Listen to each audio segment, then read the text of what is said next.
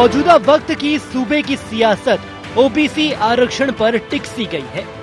सड़क से सदन तक यानी चौतरफा ओबीसी आरक्षण की गूंज है। वो भी तब जब पंचायत चुनाव की तारीखों का ऐलान हो गया है। बीजेपी जनता के बीच ये मैसेज देने में जुटी है कि सरकार की पहली प्राथमिकता ओबीसी को न्याय मिले। अन्य पिछड़ा वर्ग के आरक्षण के साथ पंचायत का चुनाव हो, हमने पुनर्विचार याचिका परसों दायर कर दी थी। आज अर्ली हियरिंग के लिए कोर्ट में हमने आग्रह किया। इस माननीय सर्वोच्च न्यायालय में रजिस्ट्रार जनरल से मिले हैं और आग्रह कर रहे हैं कि अर्ली हियरिंग हो, तत्काल सुनवाई हो, तत्काल फैसला आए। माननीय सर्वोच्च न्यायालय में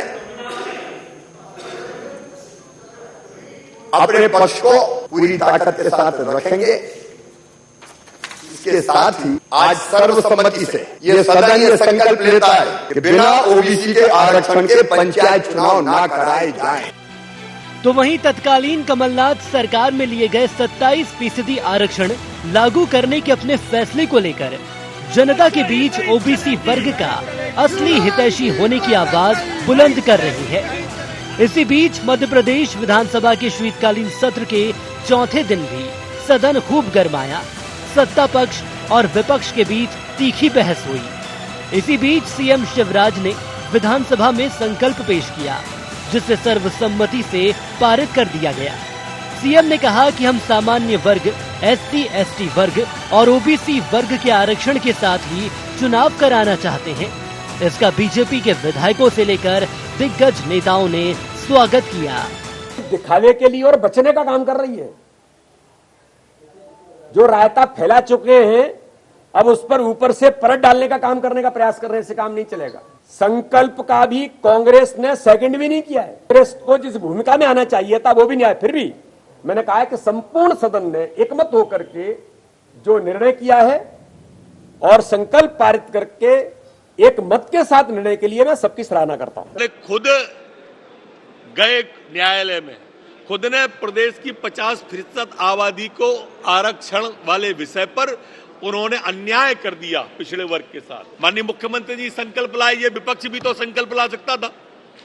विपक्ष जब वहां पर इन्होंने कहा कि हम रोटेशन में गए थे, रोटेशन काहे का? रोटेशन तो आरक्षण का ही था ना। और मान लो कि आप जो मुंह की खानी पड़ी, मान लेते हैं, तो आपने रिव्यू क्यों नहीं लगाया? ये सारी बातों का विपक्ष के पास कोई जवाब नहीं है। अब जब फंस गए तो हल्ला मचा रहे हैं। भारतीय जनता पार्टी की सरकार समाज के सब वर्गों के कल्याण के प्रति संकल्पित है। सबकी भलाई और सबका कल्याण, यह हमारा लक्ष्य है। अन्य पिछड़ा वर्ग के बिना पंचायत के चुनाव होना अन्य पिछड़ा वर्ग के हित में भी नहीं है, प्रदेश के हित में भी नहीं है। इसके लिए सरकार हर संभव प्रयत्न करेगी। ये संकल्प सदन ने किया है। मैंने संकल्प रखा कि ये सदन संकल्प करता है कि बिना अन्य पिछड़ा वर्ग के आरक्षण के पंचायत के चुनाव ना किए जाएं। इधर जब सदन में रखा अशासकीय संकल्प पारित किया गया तो विपक्ष भी सुर में सुर मिलाते दिखा। कहा कि वो भी चाहते हैं पंचायत चुनाव हो। कमलनाथ जी ने ये प्रस्ताव प्रस्तुत किया था कि सर्वसम्मति से हम ये प्रस्ताव रखें कि बिना ओबीसी का आरक्षण चुनाव नहीं किए जाते। कमलनाथ जी ने ये प्रस्ताव प्रस्तुत किया था कि सर्वसम्मति से हम ये प्रस्ताव रखें कि बिना ओबीसी का आरक्षण चुनाव नहीं किए जाते। सरकार ने संकल्प लिया, विपक्ष की सहमति दिखी, वाद विवाद पर विराम लग गया।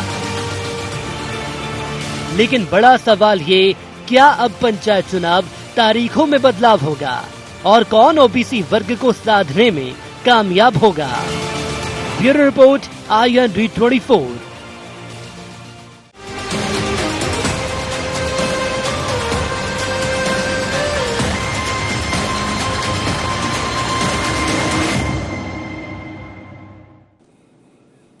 नमस्कार, IND एजेंडा में आपका स्वागत है। मैं हूं राघवेंद्र सिंह। आज हम बात करेंगे मध्य प्रदेश विधानसभा में संकल्प और सहमति। दरअसल सदन में संकल्प और सियासत भी है। मामला ओबीसी को लेकर है, आरक्षण की बात है। हम चर्चा शुरू करें उसके पहले एक नजर डालते हैं एजेंडा पॉइंट्स पर।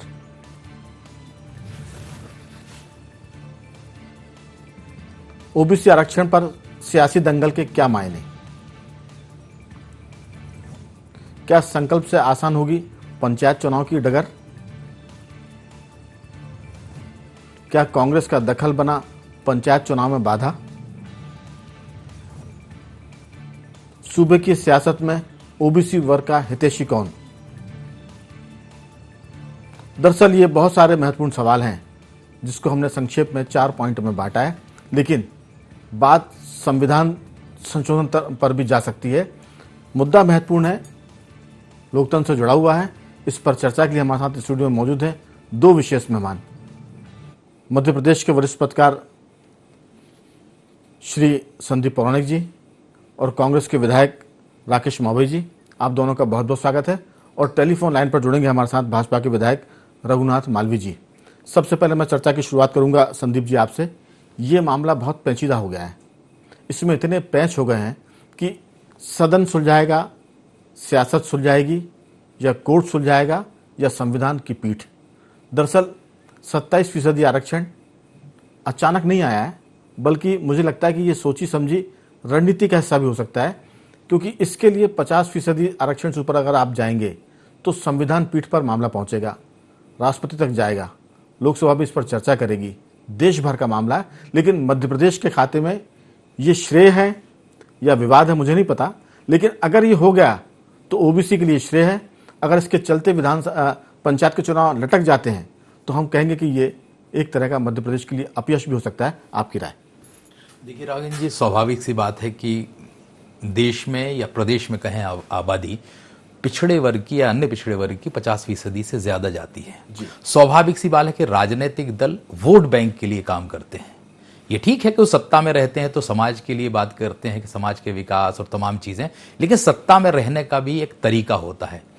कमलनाथ थे सत्ता में तो उन्होंने 27% आरक्षण की बात की। जैसी आपने बात कही कि संविधान पीठ फैसला करेगी, क्योंकि 27 क्योंकि अपने 50% का जो कैप है उसके ऊपर जाने के लिए आप फैसला कुछ भी करते रहिए, लेकिन लागू करना बहुत कठिन हो जाता है, क्योंकि जब उस कैप से ऊपर जाते हैं आप तो बात आ जाती है संविधान पीठ की और कोर्ट की। मध्य प्रदेश संदीप जी, क्या राजनीतिक दल इतने भोले हैं? क्या लीडर इतने ज्यादा ना समझे कि उनको इतनी सी बात का पता नहीं है? लेकिन राघवेंद्र जी, हमें लुभाना है किसी को। हम देखते हैं चुनाव में घोषणा पत्र आते हैं तमाम राजनीतिक दलों के, वादे ऐसे ऐसे कर लिए जाते हैं जिन्हें पूरा करना बहुत कठिन होता है। यही स्थिति मुझे लगता है कि वर्तमान दौर में, चाहे पहले कांग्रेस की सरकार रही हो चाहे अब सरकार हो, वो 27% की बात करके उस वोट बैंक को लुभाने की कोशिश कर रही है जिसके जरिए वो उनके वोट हासिल कर सके। और यही कारण है कि ये मसला अब कोर्ट में पहुंच गया है और फैसला मुझे ऐसा लगता है कि कोर्ट करेगा या नहीं करेगा ये तो आगे चलेगा, पता चलेगा। लेकिन आपको एक बात और याद रखनी होगी कि मध्य प्रदेश का जब ये मामला गया था तो कोर्ट ने एक लाइन कही थी, वो गंभीर विषय था कि आप आग से मत खेलिए। तो सवाल यह है कि अब उसी कोर्ट में जाना, कहां तक सफलता मिलेगी कहां तक असफलता ये अलग बात है, लेकिन यह तय है कि अगर सफलता मिल जाती है तो बीजेपी के हाथ में बड़ी बॉल आ जाएगी आने वाले समय के लिहाज से। बिल्कुल, आपने ठीक कहा कि आग से मत खेलिए। एक बार देश आग से खेल चुका है, बात मंडल कमीशन की थी, पुरानी बात है, लेकिन देश आग से खेला था, बड़ी मुश्किल से देश में शांति आई थी। हमें लगता है कि ये जो सियासत में वोटों का पैच है ये बड़ा भारी पड़ने वाला है, क्योंकि मामला संविधान तक जाएगा, लोकसभा तक जाएगा और फिर ये राष्ट्रपति के पास भी जाएगा। मैं इस चर्चा को आगे बढ़ाता हूं। दरअसल हमारे साथ मौजूद हैं कांग्रेस के विधायक राकेश मावई जी। राकेश जी, ये कोई भी खेले, सियासत में लगता है सब बराबर के खिलाड़ी हैं, किसी से कोई कम नहीं, चाहे वो सत्ता में हो या विपक्ष में हो। जब जिसका मौका लगता है वो खेल जाता है। जब कांग्रेस सरकार में थी 27% आरक्षण के मामले में कांग्रेस खेल गई, बीजेपी सरकार में आई, अब संविधान में की बात पर हम बात करें तो विधानसभा में संकल्प पेश करके भी भाजपा खेल गई है। तो ये जो खेल है ये कहाँ तक जाएगा? वोट तो आप नहीं खेलेंगे तब भी मिलेंगे, लेकिन जिस तरह से बंटवारे की स्थिति, क्योंकि हम नहीं कह रहे हैं, कोर्ट ने कहा कि आग से मत खेलिए, आखिर सियासत के लोग आग से खेलना कब बंद करेंगे? आपकी राय? देखिए, हमारे राय ये है, हमारा एजेंडा भी स्पष्ट है। हम लोग कोर्ट में गए या कांग्रेस समर्थित कोई भी लोग कोर्ट में गए तो वो इसलिए गए क्योंकि वो इसलिए गए कि रोटेशन के आधार पर, परिसीमन के आधार पर चुनाव कराया जाए। कमलनाथ जी की सरकार थी, उस समय परिसीमन हुआ, रोटेशन हुआ, और सरकार, दूसरी सरकार आने के बाद या तो ये उसी रोटेशन परिसीमन पर चुनाव कराते या फिर दोबारा से आरक्षण कराते, क्योंकि जब जब नया चुनाव होता है तब तब रोटेशन के आधार पर ही चुनाव होता है, आरक्षण प्रक्रिया पूरी लागू हो जाती है, और उसी को सरकार वर्तमान ने ये नहीं कर पाया। तो उसको लेकर चुनाव लड़ने वाले जो 2 वर्ष से तैयारी कर रहे थे, उस समय उनके आरक्षण की प्रक्रिया में वो उसमें फिट थे, और एकदम जाके सरकार ने फैसला ले लिया कि नहीं, 2014 के आधार पर हम चुनाव कराएंगे। तो जो लोग 1 वर्ष से 2 वर्ष से तैयारी कर रहे, तो वो तो फिर आखिर अपने हित के लिए कोर्ट में जाएंगे। उन्होंने, वो लोग कोर्ट में गए, अपना वकील किया, और उन्होंने उसमें जो हमारे प्रवक्ता थे, हमारे वकील थे कांग्रेस के, लेकिन आज जिस प्रकार से बीजेपी ने ये गेम किया, जिस प्रकार से ये पूरा पल्ला कांग्रेस के प्रति झाड़ा, तो बिल्कुल गलत है। हमने सदन में कहा कि वहां क्या बहस हुई है, उस बहस को पटल पर रखा जाए और उसको सबके सामने स्पष्ट किया जाए, क्योंकि वो आरक्षण की प्रक्रिया एक अलग है, रोटेशन की प्रक्रिया एक अलग है। आदरणीय कमलनाथ जी की सरकार में, राकेश जी, एक बार जब कोर्ट ने फैसला दिया और कहा कि आप हाई कोर्ट जाएं, हाई कोर्ट ने जब बात कही, तो फिर आप सुप्रीम कोर्ट दोबारा क्यों चले गए? ये बार बार कोर्ट आना और जाना, ये कांग्रेस को कहीं ना कहीं माइनस कर देता है और बीजेपी को थोड़ा सा प्लस में लाता है। नहीं, मैं इस बात को कहना चाहता हूं, यानी कि वकील किसी पार्टी का नहीं होता है। वकील के यहां कोई भी व्यक्ति चला जाए, जेठमलानी जी ने कांग्रेस की पैरवी की, हमारे तनखा साहब ने बीजेपी की पैरवी की, क्योंकि वो तो वकील है, उनका पेशा है जिसमें करते हैं। अब चूंकि उसको लेके कांग्रेस के पाले में उसको पहुंचा है, तो ये तो कोई तर्क नहीं है। चलिए, हम ये कहते हैं। लेकिन जाफर भी आपके प्रवक्ता हैं, उन्होंने तो, मैं आपको इसलिए बीच में रोक रहा हूं कि जब पंचायत चुनाव की घोषणा हुई थी, उसके पहले पीसी शर्मा ने कहा था कि हम अदालत जाएंगे।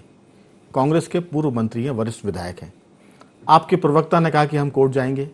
कांग्रेस खुद ही डिवाइड थी, और जनता सब जानती है, चाहे आप राम जेठमलानी का जिक्र करें, विवेक तनखा का जिक्र करें, दिवंगत हम अरुण जेटली का भी जिक्र कर सकते हैं, वकील किसी का नहीं होता है, लेकिन प्रवक्ता तो होते हैं। जब प्रवक्ता कह रहा है, मंत्री कह रहा है, मैं लौटूंगा बहुत सारी बातें, लेकिन मैं एक चीज छोड़ के जा रहा हूं आपके पास भी और संदीप जी आपके पास भी, कि सियासत में पलटना अगर किसी को आता है, तो वो मेरे ख्याल से उनसे ज्यादा कोई आगे नहीं होता। उसमें सारे दल शामिल हैं, मैं किसी एक दल की बात नहीं कर रहा हूं। पलटना, और जिसे कहते हैं कि सामने अगर लिखा हुआ है उससे भी पलट जाना, और बाइट कैमरे के सामने है उससे भी पलट जाना। लेकिन ये परंपरा बहुत लंबे समय से लोग सब जानते हैं, जनता भी जानती है। रघुनाथ मालवीय जी, मामला उलझ गया है, सदन में सर्वसम्मति से फैसला हो गया है 27% आरक्षण का, लेकिन सब जानते हैं, भले ही आप कैमरे के सामने ना कहें, राकेश जी ना कहें, लेकिन सब जानते हैं कि 50% से ऊपर आरक्षण हो नहीं सकता। लेकिन जो हो नहीं सकता उसी को तो करने में जुटे रहते हैं पॉलिटिकल पार्टीज के लोग, और ये काम मध्य प्रदेश में आप लोग कर रहे हैं। अगर जीत गए आप तो आपकी बल्ले बल्ले है, लेकिन अगर समाज बढ़ गया तो कहीं ना कहीं आप पर जरूर इसका थोड़ा बहुत लांछन कीचड़ जरूर आएगा। लेकिन अभी जो बात सदन में हुई है मध्य प्रदेश विधानसभा में, क्या आपको लगता है कि ये मामला बहुत आसानी से निपट जाएगा, या इसमें अभी ये कुछ लंबा चलेगा? आपकी राय। देखिए, भारतीय जनता पार्टी ने चुनाव का ऐलान किया, और चुनाव का ऐलान के बाद कांग्रेस कोर्ट में गई और सुप्रीम कोर्ट तक गए। हमने तो ये नहीं कहा था कि आप सुप्रीम कोर्ट में जाना। चुनाव निष्पक्ष हो रहे थे, निर्बाध हो रहे थे, लेकिन कांग्रेस की मंशा चुनाव कराने की नहीं थी। और कांग्रेस, भाई साहब ने अभी कहा कि तनखा जी आपके आदमी हैं, आपकी पार्टी के सांसद हैं, और उसके बावजूद भी अगर आपकी चुनाव कराने की मंशा होती है तो आप कोर्ट में नहीं जाते। और आपने 14 का जिक्र किया है, अगर हम चुनाव करा रहे थे और चुनाव होता भी है, लेकिन आप लोगों ने उस पर इतना विवाद कर दिया, इतना खड़ा कर दिया कि पिछड़ा वर्ग का आरक्षण ही आपने छीन लिया। अब इसमें तो उसके बावजूद भी 2 दिन से लगातार सदन में हंगामा किया गया। आज भी हमारी जो प्रश्नकाल था उसको नहीं चलने दिया, बार बार स्थगित करना पड़ा अध्यक्ष जी को। तो अब जनता देख रही है, आप सब लोग भी देख रहे हैं कि कौन क्या कर रहा है, कौन नहीं कर रहा है। ये जनता के सामने है और आप सभी मध्य प्रदेश के सामने हैं। नहीं, मेरा सवाल ये था कि क्या ये मामला इतना आसान है कि विधानसभा ने तय किया सर्वसम्मति से और ये अब 27% आरक्षण आसानी से मिल जाएगा? क्योंकि कहा यह गया कि हम अन्य पिछड़ा वर्ग के आरक्षण के बिना माने इलेक्शन में नहीं जाएंगे। क्या आपको लगता है कि ये मामला बहुत जल्दी सुलझने वाला है या लंबा चलेगा? ये तो सुप्रीम कोर्ट में हमारी पार्टी गई है, सरकार गई है। अब सुप्रीम कोर्ट को फैसला करना है कितनी जल्दी हो, कितना आगे खींचेगा, ये सुप्रीम कोर्ट तय करेगा। मैं लौटूंगा आपके पास। संदीप जी, मैं एक छोटा सा किस्सा कई बार सुनाता हूं, अभी और सुना रहा हूं। मुगल आजम एक फिल्म आई थी, शायद राकेश जी उस जमाने के नहीं होंगे, रघुनाथ जी ने फिल्म देखी होगी। उसमें शहजादे सलीम कबूतर उड़ा रहे होते हैं और उनके पास बांदी अनारकली खड़ी होती है और तभी खबर आती है कि सलीम को जहां पनाह ने याद किया है। तो शहंशाह के लिए वो जब जाते हैं मिलने के लिए, तो वो दोनों कबूतर हाथ में जो होते हैं वो अनारकली को पकड़ा देते हैं कि तुम ये पकड़ो, मैं अभी लौट कर आया। जब वो लौट कर आते हैं शहंशाह से मिलकर, तो अनारकली के हाथ से एक कबूतर छूट जाता है। तो वो पूछते हैं कि कबूतर कैसे उड़ा? तो अनारकली दूसरे कबूतर जो हाथ में रहता है उसको छोड़ देती है और कहती है कि ऐसे उड़ गया। मुझे लगता है कि जो राजनीति में लोग हैं वो इतने अनारकली की तरह बहुत मासूम है, उन्हें नहीं पता कि ये मामला कितना पेचीदा है। और उन्होंने, जिसे कहते हैं कि कोई अगर धागा उलझ जाए तो उसको सुलझाने की बात अगर होती है, तो ये इतना उलझ गया कि इसको सुलझाने में सिरा ढूंढना मुश्किल है, बहुत आसान नहीं है। ये जरूर कह दिया गया है कि आप सुप्रीम कोर्ट पर निर्भर है। सुप्रीम कोर्ट जब फैसला करेगा, सुप्रीम कोर्ट तो पहले कह चुका है कि आप आग से खेल रहे हैं, आप बार बार आग से खेलेंगे तो आग से खेलने के मामले में हो सकता है संदीप जी सुप्रीम कोर्ट थोड़ा सा और मौका दे कि ये आग से ना खेलें। इसके बाद तो कोर्ट का फैसला आएगा, फिर मामला संसद में जाएगा, फिर इस पर बहस होगी, संविधान में बदलाव की बात होगी। क्योंकि 50% आरक्षण क्या कमलनाथ जी नहीं जानते थे कि संविधान सम्मत नहीं है? क्या बीजेपी नहीं जानती कि संविधान सम्मत नहीं? लेकिन जानते हैं, इसके बाद भी इससे खेल रहे हैं। इसका मतलब कि राजनीति के जो लोग हैं वो बड़े खिलाड़ी भी होते हैं और जीवट वाले भी होते हैं, उन्हें जोखिम लेना भी आता है, चाहे कितना भी बड़ा उलझा हुआ मामला हो। आपकी राय? देखिए राघवेंद्र जी, जैसा आपने कहा ना, राजनीति के खिलाड़ी, राजनीति में बड़ी संख्या में ऐसे लोग हैं जो दीवार पर लिखी हुई इबारत को भी नहीं पढ़ते, न पढ़ना चाहते हैं, झुठला देते हैं। जहां तक आपने आरक्षण की बात कही कि 50% की, ये बात कांग्रेस की सरकार के लोगों को भी पता होगी और ये बात बीजेपी से जुड़े हुए लोगों को भी पता है। लेकिन वोट बैंक 50% से ज्यादा वोट बैंक है। हम आपका हितैषी अपने को कैसे साबित करेंगे? तरह तरह की, जैसे मैंने आपसे पहले भी कहा कि चुनाव की घोषणा पत्र में जो घोषणा पत्र आता है उसमें ऐसे वादे कर दिए जाते हैं जिसका बजट 5 साल का भी नहीं होता आपके पास, लेकिन आप वादे कर लेते हैं क्योंकि आपको जनता को लुभाना है, आपको वोट चाहिए। कमलनाथ जी ने 27% किया था, ऐसा तो हो नहीं सकता कि बीजेपी उससे कम को ले जाए। लेकिन संदीप जी, वादे करने तक तो ठीक है, बजट तक तो ठीक है, अब तो संविधान को बदलने की भी माने वादे किए जाने लगे हैं। सीधे सीधे ना सही, दूसरे रास्ते से कि 27% आरक्षण देंगे। कल के दिन ये हो सकता है कि ये भी कहा जाए कि ओबीसी तो 50% से ऊपर है, तो हमको आरक्षण 50% से ऊपर चाहिए। क्योंकि जब आपको वोट चाहिए तो 27% आरक्षण भी आपको कल कम पड़ेगा वोट पाने के लिए। हो सकता है कि ओबीसी के लोग ना चाहते हों, क्योंकि मैं जहां तक जानता हूं कि ओबीसी का जो वर्ग है वो ना तो पैसे में कहीं कमजोर है, ना वो शिक्षा में कहीं कमजोर है। गांव देहात में उनके पास बड़े पैमाने पर जमीनें हैं, बहुत बड़े बड़े किसान हैं। तो हो सकता है कि वो लोग ना भी मांग रहे हों, लेकिन सियासत ऐसी कि आज 27% की बात हो रही है, कल हो सकता है कि हम 50% का भी नारा सुन लें किसी से कि जितने ओबीसी के लोग हैं 50% वोटर हैं, हमारा आरक्षण उतना ही होगा। आप किस पर आए? देखिए, राजनीति में तो कुछ भी कहा जा सकता है, लेकिन राघवेंद्र जी, राजनीतिक दलों को एक चीज और सोचनी चाहिए कि हम योग्यता से जुड़े हुए हैं या उस मापदंड को भी ठुकरा देंगे क्या? योग्य लोगों को किनारे कर देंगे हम हर चीज में? तो एक वो वर्ग, मुझे ये लगता है कि इस तरह की आरक्षण की राजनीति से समाज का बंटवारा ज्यादा होने वाला है, लोगों में खाइयां बढ़ जाएंगी। राजनीतिक दलों का काम यह है कि उन खाइयों को कम करे, लेकिन इस तरह की बातें करके राजनीतिक दल खाई को और बढ़ाने का काम कर रहे हैं। मैं पूछ लेता हूं, दोनों साथी बैठे हैं, आपकी बात से दोनों इनकार करेंगे और इत्तेफाक नहीं रखेंगे, लेकिन जैसा कोर्ट ने कहा, हम बार बार कोर्ट का उल्लेख इसलिए कर रहे हैं कि आपकी हमारी बात पर विवाद हो सकता है। कोर्ट ने कहा कि आग से मत खेलिए। एक हमारे साथी पत्रकार ने कहा था कि ये आग से खेलेंगे भी और इससे लगी आग को तापेंगे भी और उस तापने के बाद उससे वोट भी हासिल करेंगे। यही सियासत है। राकेश जी, क्या सच में राजनीति इतने गंदे खेल की तरफ जा रही है? देखिए मैं आपको बताऊं, एक बात मैं आपसे साफ कर दूं कि कांग्रेस के जो वकील गए वो रोटेशन और परिशीलन के खिलाफ गए, ना कि ओबीसी के खिलाफ, ये स्पष्ट बात है। और हमारी कमलनाथ जी की सरकार ने 27% ओबीसी दिया और वो कोर्ट में चैलेंज हुआ, लेकिन सरकार हाथ पे हाथ धरे बैठी रही और उस पर उनके वकीलों ने कोई पैरवी नहीं की। एक बात अब इसकी समाधान की बात आए तो आदरणीय हमारे नेता प्रतिपक्ष कमलनाथ जी ने कहा मुख्यमंत्री जी से कि माननीय मुख्यमंत्री जी, इसका समाधान निकालिए कि ये कैसे हो। पहली गलती आपसे वहां हो गई है, लेकिन अब मैं वहीं आ रहा हूं, मैं इसका समाधान निकालिए। और हम चाहते हैं कि ओबीसी के आरक्षण में ही ये चुनाव हो और पंचायत चुनाव हो, लेकिन आप कोर्ट में जाए और हम आपके साथ हैं इसके समाधान आपको रोकूंगा, यह बात स्पष्ट। लेकिन मुख्यमंत्री जी ने कहा, आदरणीय मुख्यमंत्री जी ने कहा कि निश्चित तौर पर सदन में उन्होंने बोला कि हम ओबीसी के आरक्षण के बगैर चुनाव नहीं करांगे। 2 दिन तक ऐसा नहीं हुआ। तब आज कमलनाथ जी ने कहा स्पष्ट करिए। भीतर चुनाव आयोग ने एक फैसला दे दिया कि चुनाव होगा, वोटिंग होगी, लेकिन रिजल्ट नहीं होगा। तो ये कैसे हो सकता है? उसके बाद आज हमने उसको प्रस्ताव लाया, संकल्प पारित हुआ, जिसको मुख्यमंत्री फिर को आना पड़ा, 4 बार वॉकआउट किया। प्रस्ताव कौन लेकर आए? हम लेके आए। हमने बोला था, हमने पेश किया था कि स्पष्ट करें कि क्या है क्या नहीं है। उसके बाद 4 बार हमने सदन को वॉकआउट किया, सदन में अपना विरोध दर्ज किया।